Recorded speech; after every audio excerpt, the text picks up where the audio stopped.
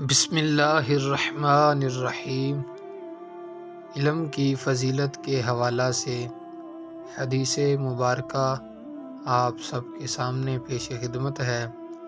حضرت ابوبکر رضی اللہ تعالی عنہ فرماتے ہیں، میں نے رسول اللہ صلی اللہ علیہ وآلہ وسلم کو یہ ارشاد فرماتے ہوئے سنا، تم یا تو عالم بنو یا طالب علم بنو، یا علم توجہ سے سننے والے بنو، یا علم والوں سے محبت کرنے والے بنو۔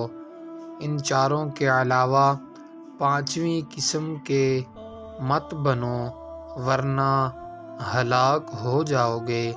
پانچویں قسم یہ ہے کہ تم علم اور علم والوں سے بغض رکھو۔ استغفر اللہ العظیم، لا حول ولا